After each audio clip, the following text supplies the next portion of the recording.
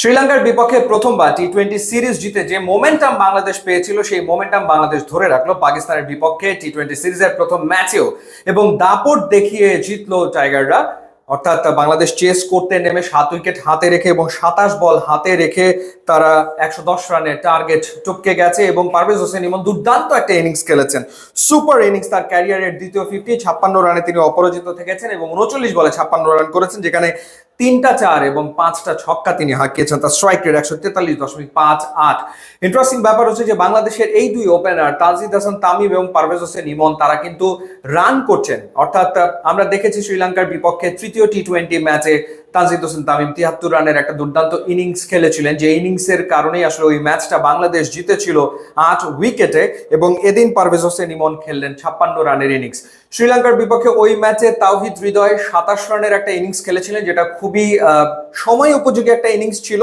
এবং home of ক্রিকেটেও কিন্তু তাওহিদ হৃদয় 37 বলে 36 রানের ইনিংস খেলেছেন, 2টো 4 এবং 2টো 6, এবং এটাও কিন্তু খুবই কার্যকরী একটা ইনিংস। হয়তো আপনার দেখে খুব একটা মন ভরবে না, হয়তো আপনার কাছে মনে হবে যে এটা টি-20-র জন্য আদর্শ ইনিংস না, কিন্তু ম্যাচের পার্সপেক্টিভ বিবেচনায় গেম পরিস্থিতি অনুযায়ী খুবই এফেক্টিভ ইনিংস। কারণ বাংলাদেশ পরপর 2টো উইকেট হারিয়ে ফেলেছিল রান তাড়া করতে নেমে। তানজিদ হাসান তামিম 1 রানে আউট হয়েছেন এবং লিটন দাস তিনিও আসলে 1 রানে আউট হয়ে গেছেন। অবশ্য ম্যাচ জেতার কাজটা শুরুতে করে দিয়েছেন বোলাররা। প্রচন্ড ডিসিপ্লিন বোলিং করে তারা পাকিস্তানকে 110 রানে অল আউট করে দেয় এবং বোলারদের ভেতরে তাসকিন আহমেদ তিনি 3.3 ওভারে 3টা উইকেট নিয়েছেন এবং রান দিয়েছেন 22। মুস্তাফিজ ওয়াজ ম্যাজিক্যাল, অ্যাবসলিউটলি ম্যাজিক্যাল।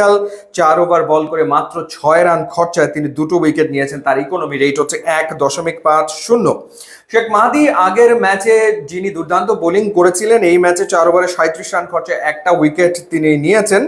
আর এছাড়া রিশাদ 3 ওভার বল করে 19 রান দিয়ে কোনো উইকেট পাননি। শামীম হোসেন একটা ওভার করেছেন। সো পাকিস্তান আসলে মিরপুরের উইকেটে রীতিমতো খাবি খেয়েছে। ফকর জামান একমাত্র 44 রান করেছেন, যদিও 2টা লাইফ তিনি পেয়েছেন। তাসকিন তার একেবারে সহজ ক্যাচ ফেলেছে এবং শেখ মাহাদি আসলে তিনিও যে ক্যাচটা ফেলেছেন সেটা ধরলে তার ইনিংস এত বড় হয় না। সো প্রথমবারের মতো টি-20-তে পাকিস্তানকে বাংলাদেশ অল আউট করেছে। এর আগে কখনো এটা করতে পারেনি, এবারই প্রথম অল আউট করলো। এবং জবাব দিতে নেমে যে ব্যাপারটা সেটা হচ্ছে যে 2টো উইকেট পড়ে গেল 7 রানের ভেতরে, তখন মনে হচ্ছিল যে আসলে বাংলাদেশ প্যানিক করবে কিনা, আরো 2টো উইকেট যদি পড়ে যায় তাহলে তো বিপদ হয়ে যেতে পারে, কিন্তু সেটা হয়নি। তাওহিদ হৃদয় এবং পারভেজ হোসেন ইমনের জুটির কারণে তাদের যে পার্টনারশিপ, সেই পার্টনারশিপটা খুবই ইফেক্টিভ পার্টনারশিপ ছিল 73 রানের, এবং ওটাই আসলে ম্যাচ জয়ের ভিত গড়ে দিয়েছে। এবং পাওয়ার প্লেতে যেখানে পাকিস্তান 4টা উইকেট হারিয়েছে, সেখানে বাংলাদেশ আসলে উইকেট হারিয়েছে 2টো। আর একটা ইন্টারেস্টিং ব্যাপার হচ্ছে যে পাওয়ার প্লেতে যখন বাংলাদেশ ব্যাট করেছে প্রথম 6 ওভারে কোনো 4 হয়নি, সেখানে ছক্কা হয়েছে 4টা, অর্থাৎ 4টা ছক্কা। পারভেজ হোসেন ইমন মেরেছেন 2টো, তাওহিদ হৃদয় মেরেছেন ওই সময় 2টো ছক্কা। তো সেই জায়গাটাতে কোনো 4 হয়নি, তারা ছক্কা মেরেছেন। এবং বলছিলাম যে বাংলাদেশের ওপেনাররা রান করছে, যেটা ডেফিনেটলি ম্যাচে প্রভাব ফেলছে, ম্যাচের রেজাল্ট বাংলাদেশের পক্ষে নিয়ে চলে আসছে। এবং যে স্টাইলে, যে অ্যাগ্রেসিভ ওয়েতে ব্যাট করছে সেটাও ইন্টারেস্টিং। 73 রানে যে ইনিংস তানজিদ তামিম খেলেছিল শ্রীলঙ্কার বিপক্ষে সিরিজ ডিসাইডার ম্যাচে 6টা ছক্কায়, আমরা পারভেজ হোসেন ইমনকে দেখলাম 56 রানের ইনিংস খেলতে 5টা ছক্কায়, 5টা ছক্কা সে মেরেছে। সো এই দুই ওপেনারের যে বড় হিট খেলার সামর্থ্য, সেটা আসলে সুফল আনছে, সেটা কিন্তু কাজে দিচ্ছে নিশ্চিতভাবেই।